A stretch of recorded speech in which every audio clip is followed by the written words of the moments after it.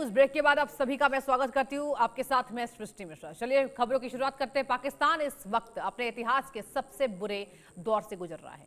एक तरफ कंगाली का संकट है, दूसरी तरफ देश के कोने कोने में सुलगता विद्रोह। लेकिन इस बीच बैकडोर से एक ऐसी स्क्रिप्ट लिखी जा रही है जिसने रावलपिंडी के सैन्य मुख्यालय से लेकर इस्लामाबाद के गलियारों तक हड़कंप मचा दिया, क्योंकि कोलंबो में भारत और पाकिस्तान के बीच सीक्रेट मीटिंग चल रही है। क्या है ऑपरेशन सिंदूर 2.0 के डर से पाकिस्तान पीओके पर आखिरी फैसला लेने वाला है, क्योंकि पीएम मोदी साफ कह चुके हैं आतंक और बातचीत एक साथ नहीं हो सकती। एक रिपोर्ट।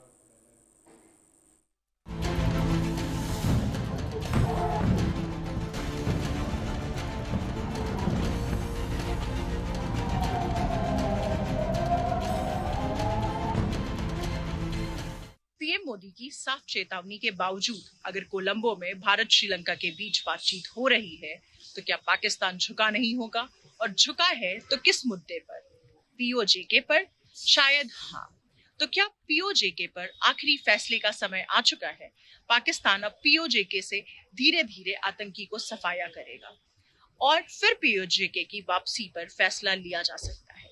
ये एक कयास भी हो सकता है, लेकिन हालात कुछ बड़ा होने वाला है, इसका इशारा जरूर मिल रहा है। कंगाल पाकिस्तान के पास अब ना तो मुल्क को खिलाने के पैसे बचे हैं और ना ही कश्मीर के नाम पर अपनी आवाम को बरगलाने का दम।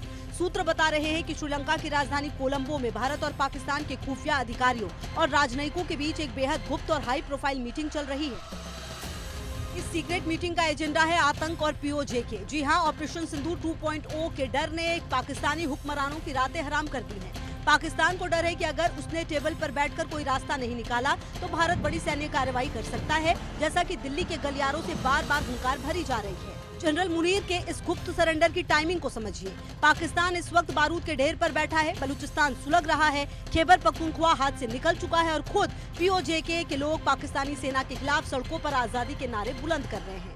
पाकिस्तान पूरी तरह दिवालिया हो चुका है, IMF की बैसाखियों पर टिका है। सबसे बड़ी बात यह है कि दुनिया के नक्शे से पाकिस्तान का समर्थन पूरी तरह खत्म हो चुका है। अमेरिका भले ही मुनीर की पीठ थपथपा रहा हो, लेकिन मदद भारत की कर रहा है। उसका सदाबहार दोस्त चीन भी अब अपनी डूबती पूंजी को देखकर विचार करने पर मजबूर है। ऐसे में सेना प्रमुख असीम मुनीर के पास पीओजेके को बोझ की तरह ढोने की ताकत नहीं बची है। दुनिया अब पाकिस्तान के कश्मीर राग से उब चुकी है।